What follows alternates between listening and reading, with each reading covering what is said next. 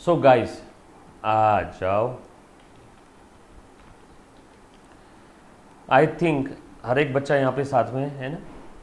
11th standard book keeping and accountancy basics of accounts हमारा चल रहा था। आप सभी को अगर याद आ रहा है तो प्लीज़ पूरी शिद्दत और ईमानदारी के साथ ध्यान देना बेटा, है ना। चलो मुन्ना आ जाओ। सो हमने अब तक क्या क्या देख लिया, आप सभी को याद आ रही है बेटा सारी चीज़ें? बाप रे, ऐसा लगता है कल ही की बात है। हमने बेसिक्स ऑफ अकाउंट स्टार्ट किया था। बिजनेस में कौन कौन से कैटेगरी के बिजनेस आते हैं जनरली वो देख लिया था।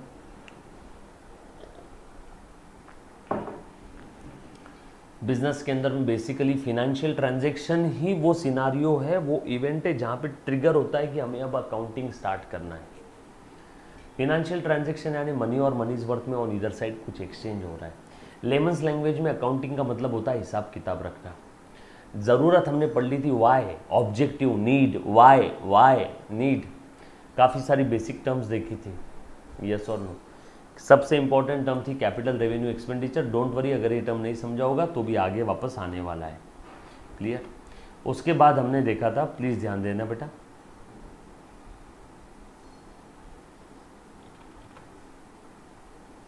जस्ट अ सेकेंड, हाँ। उसके बाद हमने देख लिया था एक सिंपल सा एग्जाम्पल, रूल्स ऑफ अकाउंटिंग देखा था, जिसमें मैंने आपको बता दिया था डेबिट बैलेंस वाले अकाउंट अगर बढ़ते हैं तो डेबिट करो, डेबिट बैलेंस वाले अकाउंट कम होते हैं क्रेडिट करो।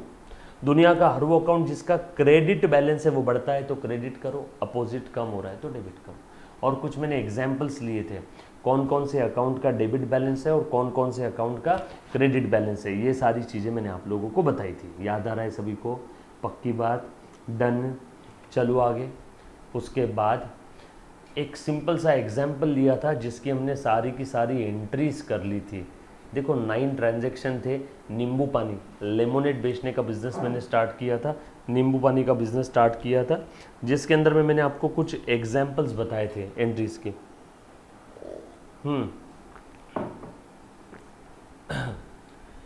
और हमने क्या किया था बेटा, यहाँ पे सिंपल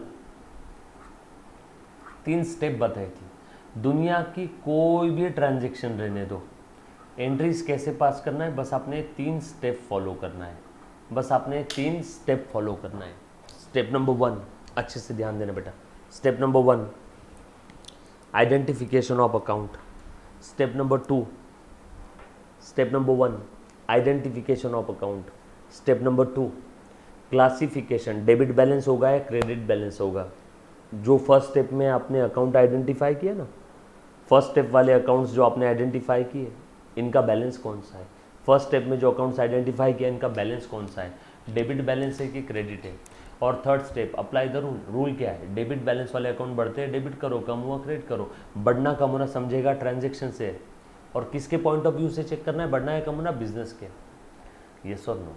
इतनी सारी चीज़ें हमने देख ली थी। यहाँ तक किसी भी बच्चे को अगर किसी भी प्रकार का डाउट है तो प्लीज़ एक बार पहले पूछो। Any student, any kind of doubt, anybody. Simple है। चलो आगे, पक्का, डन। चलो आ जाओ, आगे बढ़ते अब। हाँ, सो आज आगे बढ़ रहा हूँ। बहुत इंपॉर्टेंट एरिया है अकाउंट का, बहुत इंपॉर्टेंट एरिया है।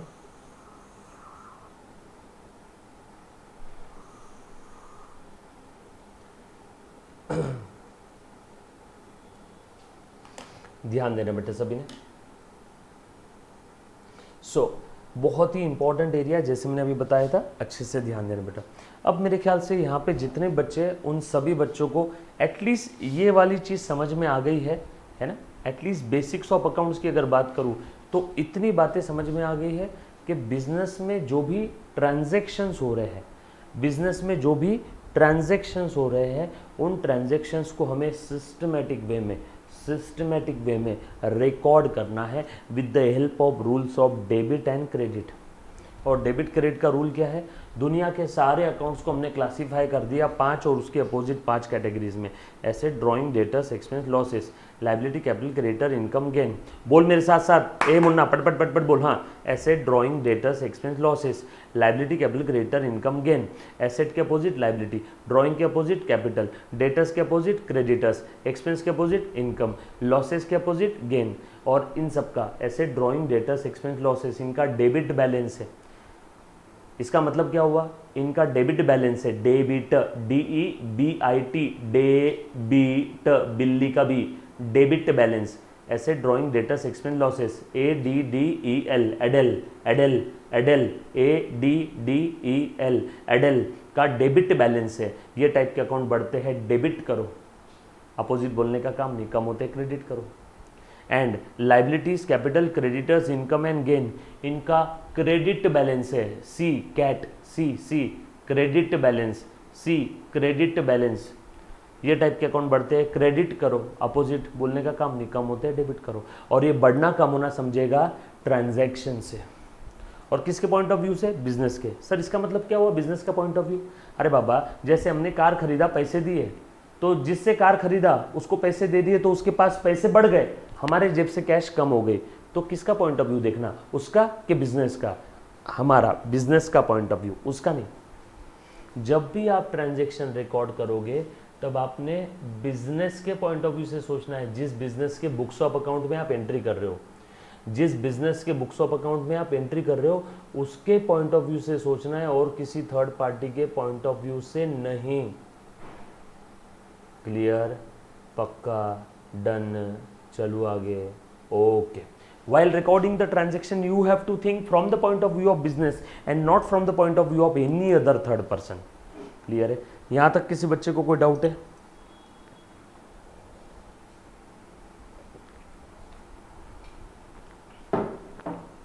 चलो आगे बढ़ते हैं। सो ध्यान देना। सो अब इतनी चीज़ें तो समझ में आ गई है कि भैया बिजनेस के रोज़मर्रा की ज़िंदगी में जो भी व्यवहार हो रहे हैं, उन सारे ट्रांजेक्शन्स को हमें रिकॉर्ड करना है। उन सारे ट्रांजेक्शन्स को हमें क्या करना है, रिकॉर्ड करना है with the help of rules of debit and credit. बराबर। आज मैं आप लोगों को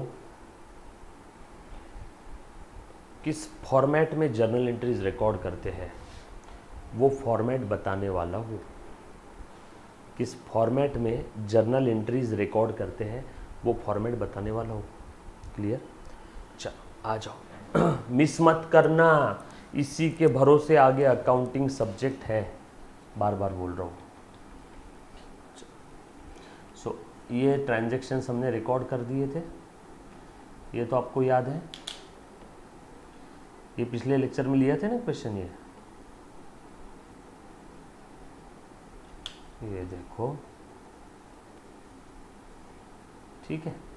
अब जर्नल एंट्रीज का फॉर्मेट बताता हूँ। मान लो ये बिजनेस का नाम है, आपको समझाने के लिए Ramayan company. So in the books of, किसके बुक्स में, ऐसा लिखना हेडिंग।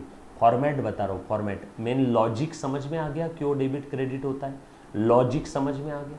अब फॉर्मेट बता रहा हूँ। मान लो रामा एंड कंपनी के बुक्स में आप अकाउंटिंग कर रहे हो, इन the books of Rama and company, Rama and company, जो भी बिजनेस का नाम होगा XYZ, ये सुन। सो और हम लोग क्या कर रहे हैं बेटा, जर्नल एंट्रीज। हम लोग क्या कर रहे हैं, जर्नल एंट्रीज। हम लोग क्या कर रहे हैं, जर्नल एंट्रीज। डोंट वरी, भरपूर प्रैक्टिस करने वाले हम लोग जर्नल एंट्रीज की, बहुत सारी प्रैक्टिस करने वाले हैं। ठीक है, जर्नल एंट्रीज। और जर्नल एंट्रीज का फॉर्मेट देखो कैसे रहता है, चेस समझ लेना बेटा। जर्नल एंट्री का फॉर्मेट देख लेना एक बार, जर्नल एंट्रीज का फॉर्मेट देख लेना बेटा एक बार, प्लीज़ ध्यान दे दो, प्लीज़ ध्यान दे देना बेटा। जर्नल एंट्रीज का फॉर्मेट कैसे रहता है एक बार देख लो। हाँ,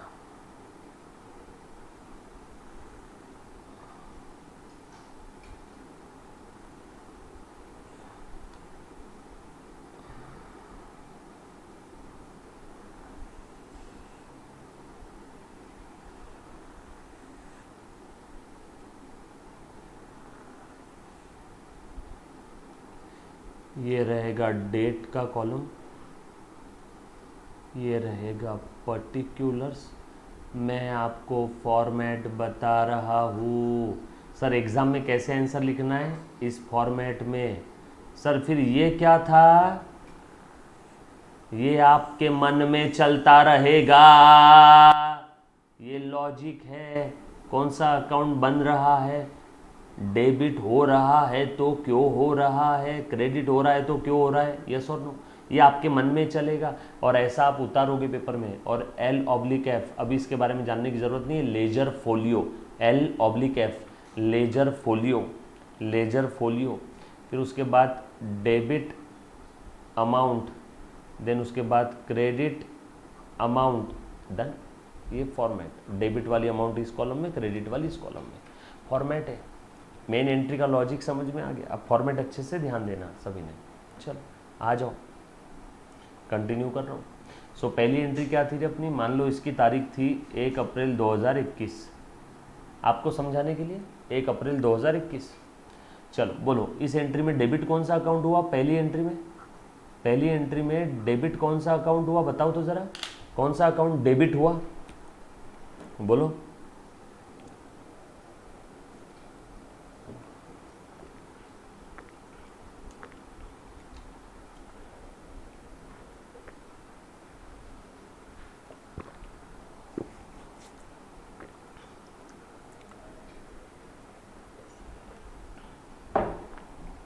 सॉरी हाँ, काढ़ा पीना पड़ता है बार बार पूरा। Very good, cash account debit हुआ, कैश अकाउंट डेबिट हुआ। और क्रेडिट क्या हुआ, कैपिटल क्रेडिट हुआ। डेबिट क्या हुआ, debit, debit, cash account debit हुआ। तो देखो मैं कैसे लिख रहा हूँ, cash account will be debited, cash account debit हो रहा है यहाँ पे, बरोबर है, कैश अकाउंट डेबिट हो रहा है। ये डॉट डॉट नहीं दिए तो भी चलेगा। क्रेडिट कौन सा हो रहा है, कैपिटल अकाउंट क्रेडिट हो रहा है, कैपिटल अकाउंट क्रेडिट हो रहा है। सो देखो नीचे यहाँ पे स्पेस देना थोड़ी, और उसके बाद लिखना टू कैपिटल अकाउंट। क्रेडिट लिखने की जरूरत नहीं है, डेबिट क्रेडिट दोनों लिखा तो लॉजिक बताता हूँ, समझेगा नहीं। अगर पूरा एक साथ लिख दिया तो समझेगा नहीं देखने वाले को क्या डेबिट क्या क्रेडिट हो रहा है, इसीलिए स्पेस दे दिया है ना, और बस just for the purpose of bifurcation, और लिख दिया टू कैपिटल अकाउंट। कैश बढ़ी किसकी वजह से या किसके लिए, कैश बढ़ी किसके लिए, टू कैपिटल, कैश बढ़ी किसके लिए, टू कैपिटल। जो मैं हिंदी में बोल रहा हूँ ये नहीं समझा तो भी चलेगा, बट ये फॉर्मेट याद रखना। सो डेबिट कौन सा अकाउंट हुआ, कैश अकाउंट। क्रेडिट क्या हुआ, कैपिटल अकाउंट, बराबर है। क्रेडिट लिखने की जरूरत नहीं है, डेबिट लिख दिया तो अपने आप बचा हुआ अकाउंट क्रेडिट हुआ होगा। क्लियर हो गया, फॉर्मेट खत्म। अमाउंट लिख दो, कैश का डेबिट हुआ, कैश का अमाउंट कितना है 10,000, तो कैश डेबिट हुआ तो डेबिट कॉलम में लिख दूंगा 10,000, बराबर है। कैपिटल क्रेडिट हुआ तो क्रेडिट कॉलम में लिख दूंगा मैं 10,000 कैपिटल अकाउंट के सामने। कुछ था रे इसमें। और यहाँ पे नरेशन क्या लिख रहा मैंने, क्या लिखना है मैंने, मुझे क्या लिखना है यहाँ पे, नरेशन। नरेशन मतलब ट्रांजैक्शन जो हुआ उसका explanation. Narration is the short and sweet explanation of the transaction. कल चल के भविष्य काल में जब आप ये जर्नल एंट्री बुक ओपन करोगे तो आपको समझ में आ जाना चाहिए यहाँ पे क्या हुआ था, उसका विस्तार में लिख दो यहाँ पे। हाँ, बीइंग, बिजनेस स्टार्ट किया था ना हमने, बीइंग लिखना है, लिखना नहीं लिखा तो भी चलेगा, जस्ट ग्रामेटिक्स है ना, लिख दिया करो 11th-12th स्टैंडर्ड तक। So being, business started, business started, business started with cash, business started with cash. और ये इतना पर्टिकुलर कॉलम क्लोज करना, क्योंकि आगे और एंट्रीज बची है ना, जिस समय आखिरी एंट्री रहेगी तब सारे कॉलम क्लोज कर देना, बराबर है। आगे और भी एंट्रीज बची है। सिंपल फॉर्मेट समझ में आया सभी को, सिंपल है। क्या ऐसा लिख पाओगे फॉर्मेट बेटा अभी, बरोबर है, पक्का सिंपल फॉर्मेट है, हाँ वेरी गुड। चलो आगे। अब देखो बेटा अच्छे से ध्यान देना, दूसरे एंट्री में डेबिट क्या हुआ बताओ। दूसरे एंट्री में आपको समझाने के लिए समझ लो, 2 अप्रैल की एंट्री है ना। डेट अगर नहीं दिया तो इस कॉलम में नंबर लिख दिया तो भी चलेगा। 2 अप्रैल की एंट्री है, क्या डेबिट हुआ, डेबिट हुआ है मशीन अकाउंट, क्रेडिट हुआ है कैश अकाउंट। डेबिट वाला पहले लिखना है, मशीन अकाउंट, मशीन अकाउंट और मशीनरी अकाउंट, मशीन अकाउंट और मशीनरी अकाउंट डेबिट हुआ है। डेबिट में अमाउंट कितना आ जाएगा 4000, और क्रेडिट क्या हुआ है, credit, credit cash, so to cash account, to cash account, to cash account, credit column में लिख दो 4000। हाँ, नरेशन क्या लिखना है, ट्रांजैक्शन क्या था, मशीन खरीदा था हमने, ट्रांजैक्शन क्या था, मशीन खरीदा था, being machine purchased, being machine purchased, machine खरीद लिया था। सिंपल है, पक्का समझ में आया कैसे लिखना है, फॉर्मेट समझ में आया क्या, लिख पाओगे पक्का। आज का होमवर्क, आज का पहला होमवर्क दे रहा हूँ, ये जो एंट्रीज आपने पिछले क्वेश्चन की लिखी वो आपने इस फॉर्मेट में लिखना है। वो जो एंट्रीज आपने लिखी है, वो जो एंट्रीज आपने लिखी है, वो जो एंट्री उधर की, वो आपने इस फॉर्मेट में लिखना है। वो जो एंट्रीज लिखी है ये वाली, ये सारी एंट्रीज आपने इस फॉर्मेट में लिखना है। लिख पाओगे? चलो वेरी गुड सर, बहुत ही इजी पीजी था ये तो। हाँ बेटा, फॉर्मेट दूध पीते बच्चे का काम है। सबसे मेन दिक्कत क्या है मालूम है सर, ये जो नरेशन है ये ओन लैंग्वेज में लिखा तो चलेगा? हाँ, ओन लैंग्वेज में लिखना है ना, इजी इंग्लिश में भी लिख दिया तो भी चलेगा। डन, चलो ओके। आप थोड़ा सा आगे बढ़ो, नरेशन मैंने आपको ये फॉर्मेट बता दिया। लेजर फोलियो कॉलम में अभी देखने की ज़रूरत नहीं है, कब एंट्री आएगी बाद में बताऊंगा, अभी ज़रूरत नहीं है। लेजर फोलियो कॉलम की अभी ज़रूरत नहीं है। चलो आ जाओ, ये क्वेश्चन हमेशा ध्यान रखना। हाँ, ये क्वेश्चन के भरोसे हम लोग आगे बहुत सारी चीज़ें करने वाले हैं। सर इस क्वेश्चन में आपने प्रॉफिट लॉस निकाला ही नहीं, अभी ज़रूरत नहीं है, आगे देखेंगे। अभी प्रॉफिट लॉस नहीं निकालना है इसका, आगे देखेंगे, बराबर है। अभी हम लोगों को बस जर्नल एंट्री सीखना है, अभी हम लोगों को बस जर्नल एंट्री सीखना है। चलो आ जाओ, अब मैं एक एक एग्जाम्पल दे रहा हूँ, सो ध्यान देना।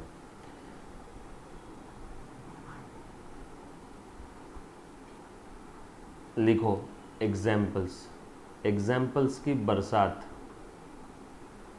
एग्जाम्पल्स की बरसात।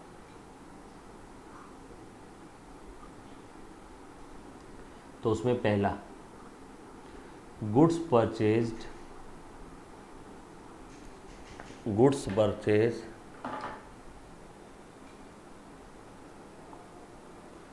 गुड्स परचेज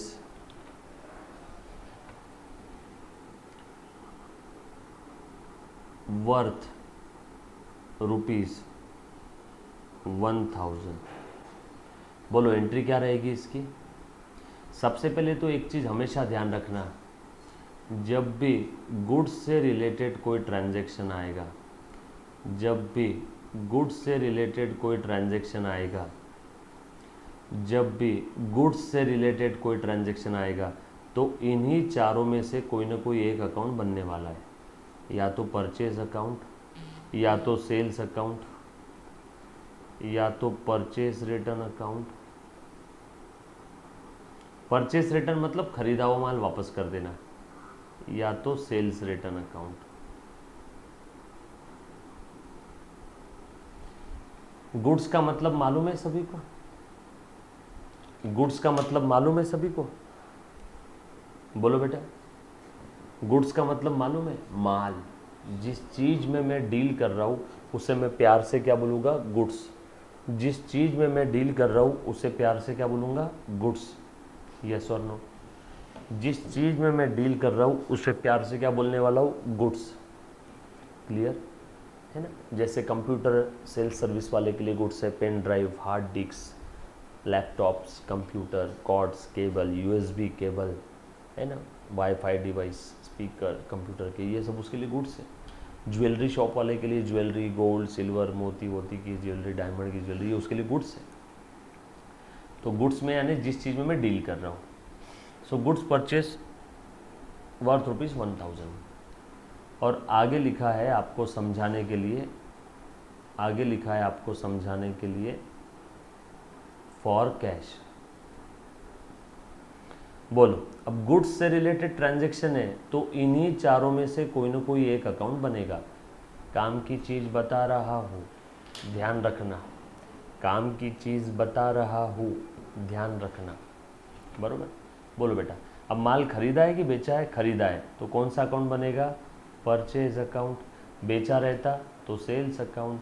खरीदा हुआ माल वापस किया रहता तो परचेस रिटर्न। बेचा हुआ माल वापस आया रहता मेरे पास, मैंने सेल किया था भूतकाल में, वापस आ गया, कस्टमर ने मेरे मुंह पे माल ला के मार दिया, सेल्स रिटर्न। मैंने खरीदा हुआ माल मैंने वापस कर दिया दुकानदार को, परचेस रिटर्न। मैंने माल खरीदा, परचेस। मैंने माल बेचा, सेल्स। तो यहाँ पे माल खरीदा, कौन कौन सा अकाउंट बनेगा? एक तो बनेगा परचेस अकाउंट, वही अपने फॉर्मेट में आंसर लिख रहा हूँ मैं, 1 2 3 3 स्टेप वाला जो था, परचेस अकाउंट। दूसरा बनेगा फॉर कैश, नगद में खरीद लिया, एक तो बनेगा परचेस, एक तो बनेगा कैश। परचेस मतलब ये गुड्स को ही रिप्रेजेंट कर रहा है, गुड्स परचेस अकाउंट लिखने की ज़रूरत नहीं है, सिर्फ परचेस भी लिखा तो भी चलेगा। एक बनेगा कैश अकाउंट। परचेस ये माल है, माल असेट, असेट का डेबिट बैलेंस, परचेस का डेबिट बैलेंस, परचेस का डेबिट बैलेंस। ध्यान देना, हम लोग जो अलग तरीके से पढ़ रहे हैं ना अकाउंटिंग, कहीं देखने नहीं मिलेगी। बिल्कुल एकदम लॉजिकल वे में हम लोग अकाउंटिंग पढ़ रहे हैं। आगे बहुत सारी चीज़ें बताऊंगा, अभी तक हमने टेक्स्ट बुक स्टार्ट नहीं किया है। डेबिट बैलेंस का रूल क्या है? बढ़ता है तो डेबिट करो, कम हुआ तो क्रेडिट करो। अब बताओ, माल खरीदे तो परचेज बढ़ता कि कम होता रहे? जैसे जैसे माल खरीदेंगे वैसे वैसे परचेज बढ़ेगा ना। ऑल माल खरीदा और परचेज बढ़ गया, और माल खरीदा और परचेज बढ़ गया, और माल खरीदा और परचेज बढ़ गया। सो माल खरीदा है तो परचेज तो इंक्रीज होगा, इंक्रीज होगा, इसीलिए परचेज अकाउंट को डेबिट करो। कैश ये क्या है? कैश असेट है, ड्राइंग है, डेटर्स है, expense, losses, liability, capital, creditor, income, gain. Cash ये क्या है? असेट। असेट का again debit balance, therefore cash का भी डेबिट बैलेंस। कैश बढ़ती है तो डेबिट करो, कैश कम हुआ तो क्रेडिट करो। अब यहाँ पे माल खरीदा, पैसे दे दिए, कैश कम हो रही है हमारे जेब से, सो कैश को क्रेडिट करो। अगला ट्रांजेक्शन। अच्छा, इसका फॉर्मेट में आंसर कैसे लिखोगे आप? फॉर्मेट में आंसर कैसे लिखोगे? Purchase account will be debited to cash. Format मालूम है ना सभी को?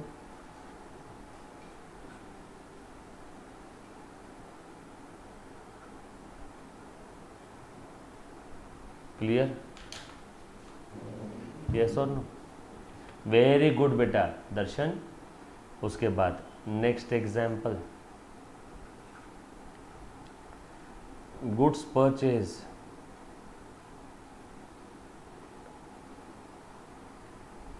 वर्थ ₹1000। बोलो बेटा, क्या एंट्री रहेगा? सर दोनों सेम ही है, पहला और दूसरा। नो, ट्रांजैक्शन आपको दिख रहा है सेम है, वर्डिंग्स का फर्क है। ऊपर वाले में साफ साफ शब्दों में बोल दिया था कैश में माल खरीदा, नीचे बस इतना ही बोला है गुड्स परचेस वर्थ ₹1000। तो अब बताओ यहाँ पे कैश दिया होगा कि नहीं दिया होगा? जब कभी भी ट्रांजैक्शन में कैश के बारे में कुछ बोला नहीं है और पार्टी का नाम भी दिया नहीं है। किससे माल खरीदा उसका नाम दिया हुआ है, पार्टी का नाम दिया हुआ है? किससे माल खरीदा उसका नाम दिया हुआ है? नहीं। पार्टी का नाम, जिससे माल खरीदा उसका नाम यानी पार्टी का नाम दिया हुआ है? नहीं। कैश के बारे में बोला है? नहीं, कुछ नहीं बोला है। तो हम लोग ऐसा अज्यूम करेंगे, हम लोग ऐसा अज्यूम करेंगे कि कैश ट्रांजैक्शन है, कैश ट्रांजैक्शन है। अगेन सेम एंट्री आ जाएगी क्या? Purchase account debit to cash account. Same है, सेम है, लिखने की जरूरत है फिर से? Purchase account debit to cash account. Clear? Purchase account debit to cash account. यहाँ तक किसी बच्चे को अगर कोई डाउट है तो पूछो बेटा, anybody, any kind of doubt. पक्की बात? डन? चलो आगे। ओके। ओके, चल आगे बढ़ रहा हूँ बेटा, प्लीज ध्यान देना अच्छे से, प्लीज ध्यान देना। आज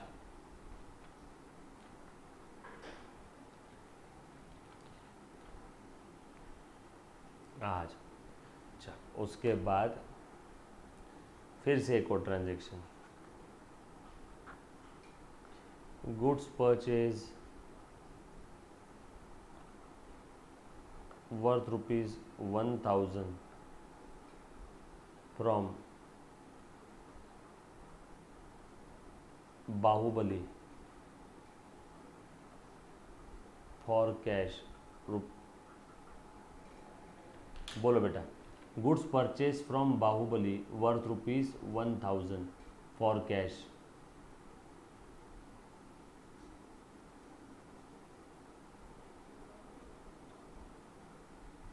बोलो,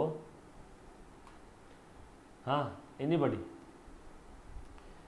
सर आपने बोला था पार्टी का नाम दिया हुआ है तो क्रेडिट ट्रांजैक्शन। वेट, मैंने ऐसा नहीं बोला। मैंने क्या बोला था, अगर कैश के बारे में कुछ नहीं बोला है और पार्टी का नाम दिया हुआ है तो हम लोग सोचेंगे उधारी है, बराबर। लेकिन यहां साफ साफ शब्दों में लिखा हुआ है, वापस एक बार बताता हूं, साफ साफ शब्दों में लिखा है कि नकदी में माल खरीदा, same entry, purchase to cash, same entry. Sir फिर यहां पे बाहुबली का अकाउंट नहीं बनेगा क्या? परचेस अकाउंट बनेगा, कैश अकाउंट बनेगा। परचेस का डेबिट बैलेंस बढ़ रहा है, डेबिट करो, कम हुआ है क्रेडिट, परचेस किया तो माल बढ़ रहा है।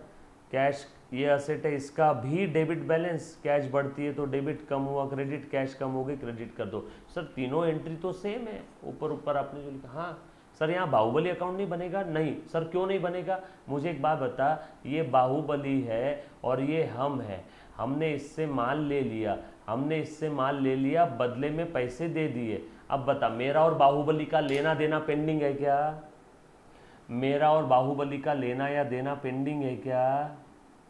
मेरा या बाहुबली का लेना देना पेंडिंग है क्या? बोलो यस और नो। माल लिया पैसे दिए, माल लिया पैसे मुंह पे मारे, माल लिया पैसे मुंह पे मारे, बोलो लेना देना पेंडिंग है? नो। जब भी किसी पार्ट या पर्सन के साथ, सेंटेंस में बहुत गहराई है, अच्छे से सुनना, जब भी किसी पार्ट या पर्सन के साथ मनी और मनीज वर्थ में अगर लेन देन पेंडिंग है तो ही उस पार्टी का अकाउंट बनेगा, अदरवाइज उस पार्टी का अकाउंट नहीं बनेगा। जब भी किसी पार्टी या पर्सन के साथ मनी और मनीज वर्थ में अगर लेन देन पेंडिंग है तो ही उस पार्टी का अकाउंट बनेगा, अदरवाइज उस पार्टी का अकाउंट नहीं बनेगा। वापस बोलूं, अगर किसी पार्टी या पर्सन के साथ मनी और मनीज वर्थ में लेना या देना अगर पेंडिंग है तो ही पार्टी का अकाउंट बनेगा। बाहुबली से मैंने माल लिया, बदले में पैसे दे दिए, बोलो लेन देन पेंडिंग है। बाहुबली से माल ले लिया, बदले में पैसे दे दिए, बोलो लेना देना पेंडिंग है क्या? नो, लेन देन पेंडिंग नहीं है, लेन देन पेंडिंग नहीं है। जब लेन देन पेंडिंग ही नहीं है तो काहे का बाहुबली का अकाउंट? ये तो ऐसी बात होगी, मैं सुबह सुबह नींद में से उठा, किराना दुकान पे गया, दूध का पैकेट लिया और उसको पैसे दे दिए और वो मुझे पूछ रहा है, भैया रुको, आपका नाम क्या है, मुझे आपका अकाउंट बनाना है। 2 कान के नीचे दूंगा उसको, मैं बोलूंगा भैया काहे का अकाउंट बना रहा है रे मेरा? हाँ, तेरे को तेरा पैसा दे दिया, मैंने मेरा सामान ले लिया, तेरे को तेरा पैसा दे दिया, लेन देन बाकी है क्या अपने बीच में? फिर काहे अकाउंट बना रहा है? फिर काहे तेरे बुक्स ऑफ अकाउंट के अंदर में मेरा नाम लिख रहा है? यस और नो? कुछ बात समझ आई क्या? जब भी किसी पर्टिकुलर ट्रांजैक्शन की वजह से मनी और मनीज वर्थ में किसी पार्टी के साथ अगर लेन देन पेंडिंग है तो ही पार्टी का अकाउंट बनेगा। क्लियर? कुछ बात समझ आई आपको यहाँ तक? Anybody, any kind of doubt? पक्का? डन? क्लियर? ओके, चल ओके देन। इतना कह के मैं मेरे आज के 2 शब्द समाप्त करता हूँ, बाकी कंटिन्यू करेंगे नेक्स्ट लेक्चर में।